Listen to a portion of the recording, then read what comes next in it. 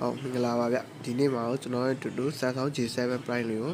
short အတူတူဖြည့်ကြမယ်ဗျဒီကောင်လေးကတော့ Samsung J7 Prime လေးဗျ mini short ကြာနေတဲ့ကောင်လေးဖြစ်ပါတယ်ဗျသူ့ဘက် supply MB ကကျွန်တော်ဘာမှမနေခဲနဲ့ 0.037 လောက် auto တက်နေဖြစ်ပါတယ်ဒီလိုချိန်မှာတော့ကျွန်တော်တို့မီတာလေးနဲ့ပေါ့နော်ဒီ coin လေးground ကြမကြလိုက်ထောက်မယ်ပေါ့နော်မီတာ coin ပြီးတော့ပဲလိုက်စမ်းကြည့်ရမှာဖြစ်ပါတယ်ဒါလေးကပ်ပြီးလိုက်ကြည့်ရမှာမ ground နှစ်ဖက်လုံး ground ကျနေတဲ့ coin လေးတွေရှိမယ်သူဘေးနာ capacitor လေးတွေ ground ကျနေမယ်ဗျဒါဆိုရင်တော့ကျွန်တော်တို့ဒီ coin လေးတွေကိုဖြုတ်ပြီးတော့ကြာသေးလားလွတ်သေးလားကိုစမ်းမှာဖြစ်ပါတယ်ကျွန်တော်တို့ဒီမှာလုံး ground ကျနေတဲ့ ground ကျနေတဲ့ coin လေးကိုကျွန်တော်တို့ coin ကိုဖြုတ်လိုက်ပါပြီဗျဖြုတ်ပြီးတော့ကျွန်တော်တို့ဒီက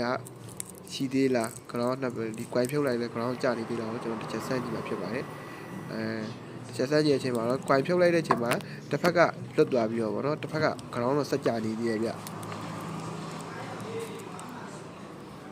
ဒီမှာဒီကဒါဆို ground ကြနေဗျတစ်ဖက်ကကျတော့ time scale တိုင်းအချိန်မှာ time scale တော့ကျော်တော့ထွက်သွားပြီဗောဒါဆိုတော့တစ်ဖက်ကတော့လွတ်သွားတဲ့အချိန်မှာကျွန်တော်ကြနေတဲ့ဘက်ကို short ကျွေးတဲ့အချိန်မှာ short ဆွဲသွားပါပြီဗျအဲ့အချိန်မှာကျွန်တော်ဘယ်နာပူနေလဲဆိုတော့ကျွန်တော်လက်နဲ့လိုက်ဆန်းတဲ့အချိန်မှာ USB ချိုးထိုးတယ် USB ပေါက်အပေါ်နားမှာကျွန်တော်ပူနေရလေးတွေ့ရတဲ့အတွက်အဲ့နာလေးကိုကျွန်တော်တို့ခဲငွေရိုက်ပြီးတော့ဆန်းမှာဖြစ်ပါတယ်ကျွန်တော်ခဲငွေရိုက်တဲ့ဟာလေးပါဗျခဲငွေလေးတစ်ချက်ရိုက်ပြီးတော့เนาะခုနလက်နဲ့ထောက်ထားလို့ပူတဲ့နေရာလေးကိုကျွန်တော်ခဲငွေလေးတစ်ချက်ရိုက်မယ်ပြီးခုနလိုမျိုး ground ကျနေတဲ့ coin တစ်ဖက် ground ကျနေတဲ့ဘက်ကိုကျွန်တော်တို့မိုးလေးတစ်ချက်ပြန်ကျွေးကြည့်မယ်ဗျဒါဆိုရင်ပူနေတဲ့ကောင်လေးကအရေးပျော်ပြီးထွက်လာမှာဖြစ်ပါတယ်ဘယ်ကောင်လေးပူနေလဲဆိုတော့ကျွန်တော်တစ်ချက်ကြည့်လိုက်မယ်ဗျ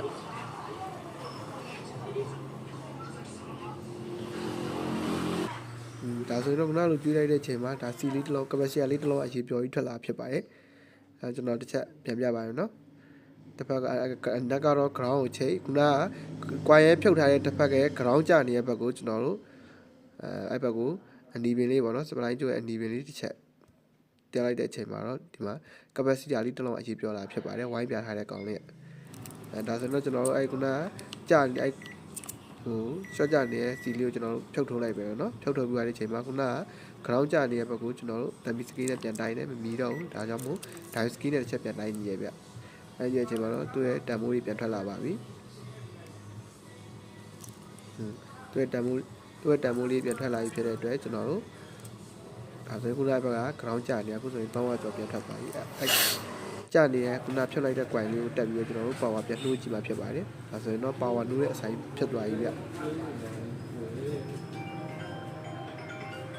သူက